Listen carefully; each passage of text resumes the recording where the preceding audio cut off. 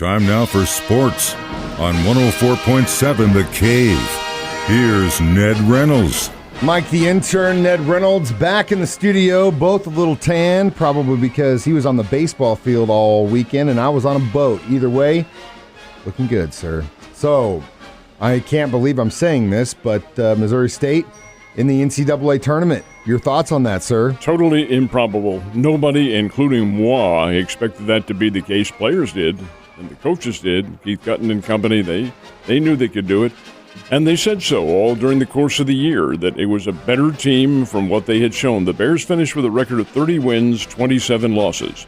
That's usually not a tournament-level record to have. But in the case of the Bears, they won the Missouri Valley Conference Tournament postseason event. That's an automatic qualifier, and they did it in really impressive fashion. Knocked off Southern Illinois twice. Did lose to them once, and that was the first game on Sunday afternoon at 12 noon as a doubleheader, which you always have in a championship round because it's a double elimination. The Bears were undefeated going into that game, lost the first game, got a second chance, and they put Southern Illinois away 13-3. That's the one thing about the Bears team that makes them very dangerous. They can hit the long ball. And keep in mind, 57 games this year, they have 99 home runs. 99 homers. That's a lot. It is not a record, but it is a lot. And this team can hammer, and it's anyone from 1 to 9 in that lineup who can hit. All right, the Bears, by virtue of their winning the conference championship, they get into the NCAA tournament, and they're going to Stillwater, Oklahoma. And this is great, too. I love it. The Stillwater Regional has Oklahoma State, Arkansas, and Grand Canyon. Grand Canyon is located out in Phoenix. That's a Western Athletic Conference program. The Bears have played those other two teams this season. Lost to Oklahoma State early in the season, 5-1. Beat Arkansas down in Fayetteville, 6-4. And here they are with the likelihood, well, not likelihood, it will happen in the first game. They play Oklahoma State. Play them again. It's good news and bad news. Good news is, hey, the Bears are certainly familiar with that territory, O'Brate Stadium down in Stillwater. They've been there a number of times in the past couple of years. Played Oklahoma State, played Arkansas, and that's the good news. They know what these programs have. Bad news is both those programs know what the Bears have. Mm-hmm. Only when they played them, the Bears were not quite the team they are now. They're much better. The injury factor, which has plagued them all season long, has seemingly been mitigated. Everybody's together and everybody's healthy now and hitting the long ball. I'll tell you, I'm not predicting the Bears are going to win that regional, but it's at Oklahoma State for a reason. Yeah. Because OSU is pretty doggone good, so is Arkansas, so is Grand Canyon for that matter. But I give them a fighting chance. I give them a chance to, in a way, kind of reach down on the canvas with that big right hook and hit somebody square in the jaw and knock them out. And, hey, that can happen. Hey, to use a boxing analogy. Yeah. And a month ago, you and I would have never guessed that they'd be at this point. So, hey, congratulations to Missouri State Bears. It looks like that softball team lessons helped them, or someone. The softball team, first time in 11 years, they got into the regional. Know. They did not. Well, they did, too. They won a game. They beat Illinois, but did lose to Missouri twice. But they had a great year. Oh, they had an absolutely great year.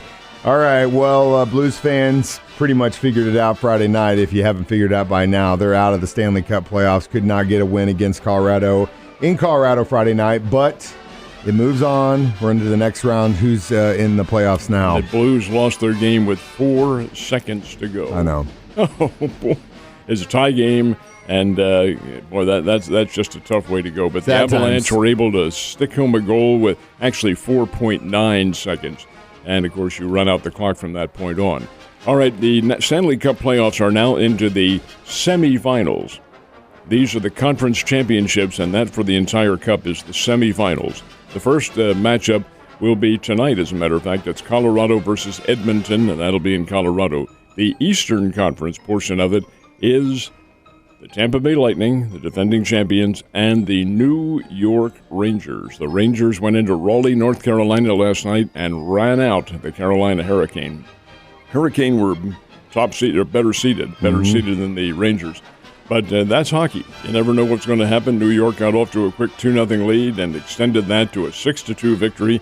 So it's the Rangers and the Lightning, and the Avalanche and the Edmonton Oilers. And those two winners will play for the Stanley Cup. Stanley Cup is longer than the NBA. They won't keep in mind now, this is May 31st, so they're starting the semifinal round. They've still got semifinals and championship to go. It'll be the end of June. That's what happens when everyone gets to go to the playoffs. It just takes a long time. Exactly right. And like I said, it really comes down to attrition at that point because it's which team can hold on the longest. Same thing with basketball. Springfield Cardinals are back home for some action this week. Is that right? They are indeed. This is, in my opinion, an improved Springfield Cardinals team. They brought up a couple of guys from Peoria, and actually it's 3 guys from Peoria, and those 3 are going to be very good players. 2 pitchers and Mason Wynn, the shortstop. So the Springbirds are home starting tonight. 6-game series with the Arkansas Travelers. The Travs are the Seattle Mariners, AA Farm Club. Pretty good ball team. They've got a lot of Seattle's top prospects down there in Little Rock, in the Little Rock area. They play in North Little Rock. But Springfield Cardinals have some top prospects, too, and they are playing. Case in point with the AA, kid named Nolan Gorman played down here last year. A game-winning home run against the San Diego Padres yesterday up in St. Louis. That's only 1 year difference, folks. That's how quickly they can make that jump to the major leagues.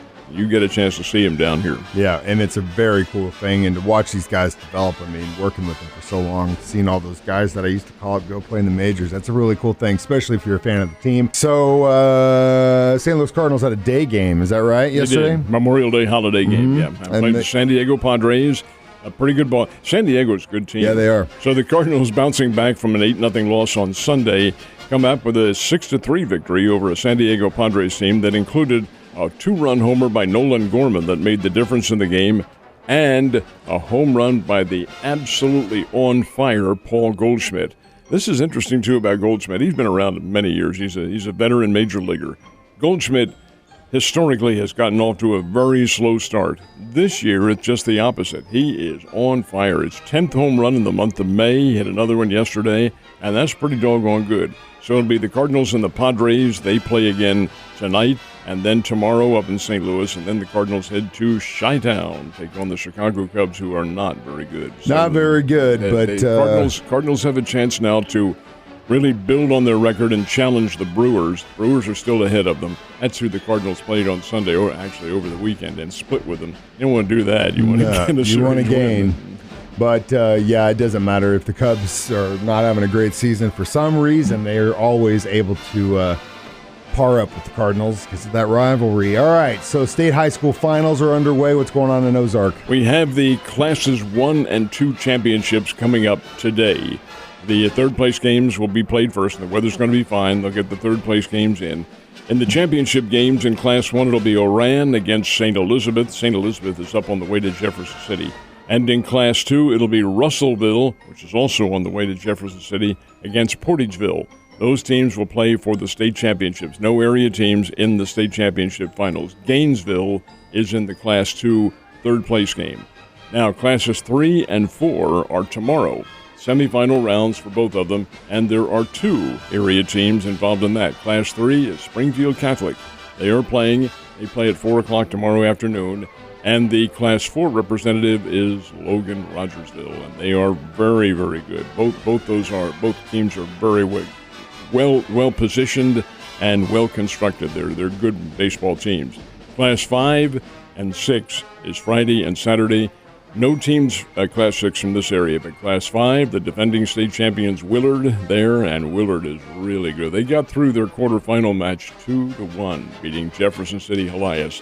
When you win close games like that, you know you're a pretty good team. Yeah, absolutely. Well, good luck to the area teams, and hopefully you can get those championship wins. Last but not least, speaking of championships, we kind of felt like it was going to be Golden State versus Boston in the NBA championship round.